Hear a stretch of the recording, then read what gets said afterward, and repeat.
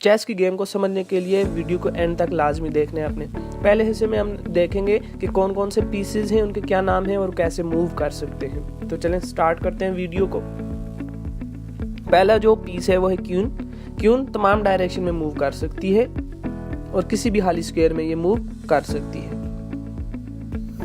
यहाँ पे क्यून देखें आप तो तमाम ग्रीन हाइलाइटेड स्क्वायर में ये मूव कर सकती है और वहां पे मौजूद एनिमी के पीस को कैप्चर कर सकती है। तो मैं इसको फॉरवर्ड डायरेक्शन में मूव करवाऊंगा यहाँ पे। Next is the king. King भी सारी डायरेक्शन में मूव कर सकता है लेकिन सिर्फ एक स्क्वायर ही मूव कर सकता है। इस गेम में सबसे इंपॉर्टेंट पीस किंग है, इसको आपने बचाना होता है। आपका ये पीस कैप्चर हो गया तो आप गेम हार जाएंगे। यहाँ पे ये व्हाइट किंग सिर्फ इन ग्रीन हाइलाइटेड स्क्वायर में ही मूव कर सकता है, हर डायरेक्शन में लेकिन सिर्फ एक एक square. Next is the bishop. Bishop सिर्फ डायगोनल मूव करेगा क्रॉस की शेप में और किसी भी खाली स्क्वायर में मूव कर सकता है।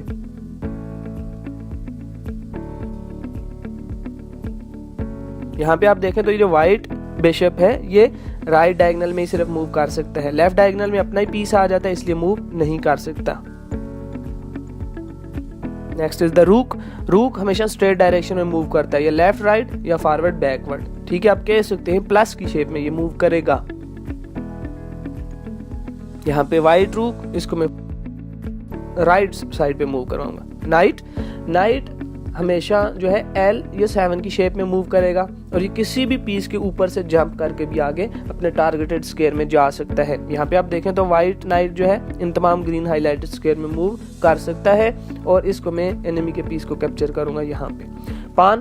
पान हमेशा फॉरवर्ड डायरेक्शन में मूव करेगा। पहली बार में आपके पास चॉइस है कि आप एक स्क्वायर मूव करवाएं या 2 स्क्वायर, लेकिन उसके बाद ये हमेशा एक स्क्वायर ही फॉरवर्ड मूव करेगा। लेकिन अगर फॉरवर्ड कोई एनिमी का पीस आ गया है तो ये उसको कैप्चर नहीं कर सकता और नहीं आगे मूव कर सकता। ये हमेशा कैप्चर करेगा डायगोनल वाली साइड पे, यहाँ पे एनिमी के पीस को ये यहाँ पे कैप्चर करेगा और हमेशा मूव करेगा फॉरवर्ड।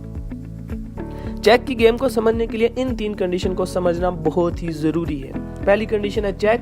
चेक में आपने एनिमी के किंग को जब घेर लेते हैं आप एनिमी के किंग को, तो उस टाइम आपने उसको एक जो है वार्निंग देनी होती है कि भाई यहाँ से एस्केप हो जाओ वरना कैप्चर हो जाओगे, ठीक है। तो ऐसी कंडीशन को चेक कहते हैं। यहाँ पे आप देखें तो जो व्हाइट क्वीन है इसने ब्लैक किंग को चेक किया है, ठीक है, और वहां पे ये एस्केप हो गया है ब्लैक किंग।